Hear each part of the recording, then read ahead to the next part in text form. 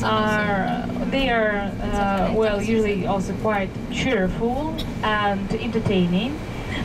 During that show, you will also have a break with the champagne and some snacks.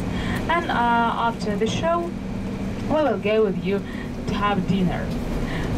This is the itinerary for today, so the day is full of different cheerful entertainments, and I hope you will enjoy. If you have any questions, definitely you are always welcome to come and ask what, how, where, and so on.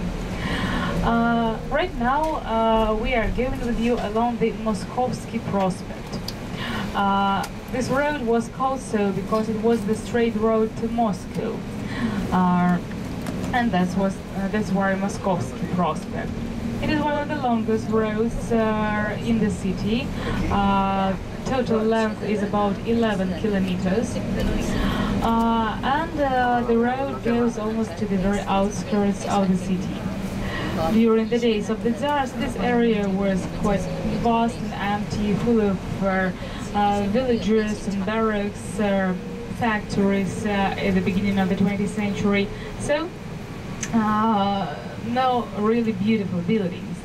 That's why most of the buildings that you can see all around date back to the year beginning of the 20s, so the second part. In the 1930s, Stalin wanted to transfer the center of the city.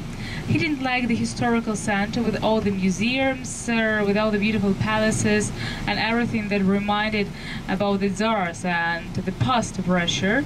He wanted to have new Russia, and that's why he wanted to transfer the city center. You can see the buildings to your right, to your left, and you must have seen the same style in Moscow. They are called, it is called Stalin Imperial style. Usually quite magnificent looking building with short columns, sand color or grayish color, and very well, solid, permanent, really very well done. These buildings were intended to house the so-called modern nobility, so the best communists, those who belong to the government, those who belong to the Communist Party. And right now, on the real estate market, these buildings are very valued and very expensive to live in. They say they are very well done. It's warm there in winter and cool in summer because they have quite thick walls and high ceilings and all the modern conveniences. That's about the buildings to your right and left that we are passing. And we're going to pass the Victory Park. This park is dedicated to the victory in the Second World War, victory over Nazis. During the days of the war, there was the cemetery, just the kind of burning factory where they burned the bodies. And there were a lot of dead bodies at that days. The siege, and there was the siege, the blockade in the city lasted for 900 days, and hundreds, thousands died during that day, so we can even say millions. To your right, you can new building of St. Petersburg Library. It is one of the buildings. We have several because the collection of the library is very big. The total amount is about 30 million items. Petersburg State Library is one of the biggest in the world. There are 5 huge libraries in the world, and 2 of them are in Russia, 1 in Moscow and 1 in St. Petersburg.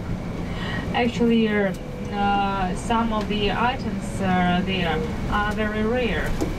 There goes the belt of the ring of factories, the industrial area. The factories that date back to the end of the 19th, beginning of the 20th century. Now actually they are planning to move this factory slowly to that industrial belt. There goes the modern area with the apartment houses. Apartment houses, huge trading centers. We call these areas sleeping areas because people mainly live and sleep here, and they go to work to the downtown or to the industrial area. I would say that the problem of housing in St. Petersburg is still quite eager, is still quite important. It was very serious at the beginning of the 20th century when St. Petersburg grew very fast as a huge industrial center, as a capital, and many people from all around Russia came to St. Petersburg to work, to earn some money, like they do now to Moscow. The house building process was quite slow at that days. That's why the outskirts of St. Petersburg were full of barracks and quite shabby-looking houses. And people lived in very bad room, or even bed in the room. Sometimes the workers who came rented a bed for two, like one worked during the day and slept during the night, and vice versa. Another one worked during the night and slept during the day. That's how they shared. So that was the problem that new Russia faced after revolution also. And the communist government took all the mansions and palaces from their rich people, and some of them gave to the poor ones, but not the whole mansion, definitely. To the person, just one room, one room to the family. I have already told you about the so-called communal apartments, big apartments that used to belong to rich people and where many families lived. We still have such communal apartments, very low percentage, but we still have them in the downtown, when in one apartment several different families live. The house building process became faster in 1960s or 70s, when prefabricated blocks were invented, and all around many families got their own apartments.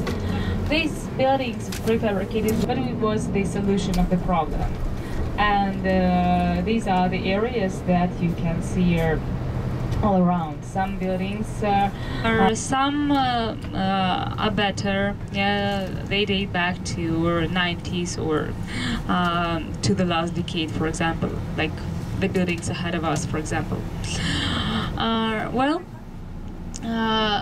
That's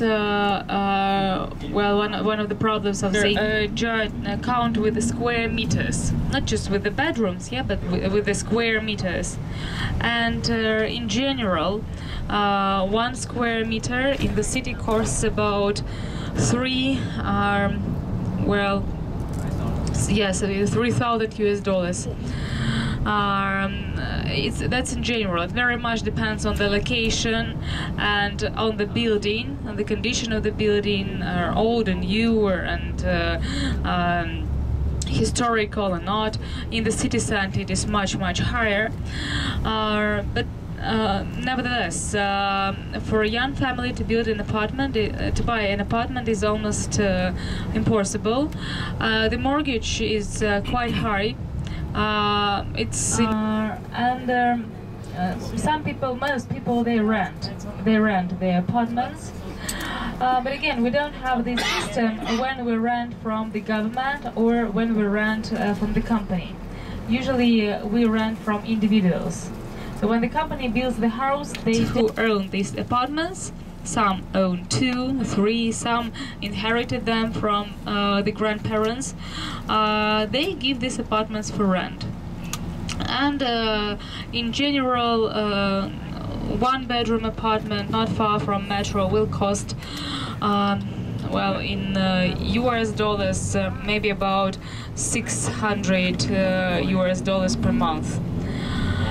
But it's in good location. You can find cheaper, but far from metro. Metro is one of the most important points, because it's cheap, it is fast, and it is very convenient. Most people use metro to go to work. They say that every day about 3 million people use our metro underground to get to work and back. are, well, those who own the apartments, they don't pay any rent, they pay the bills.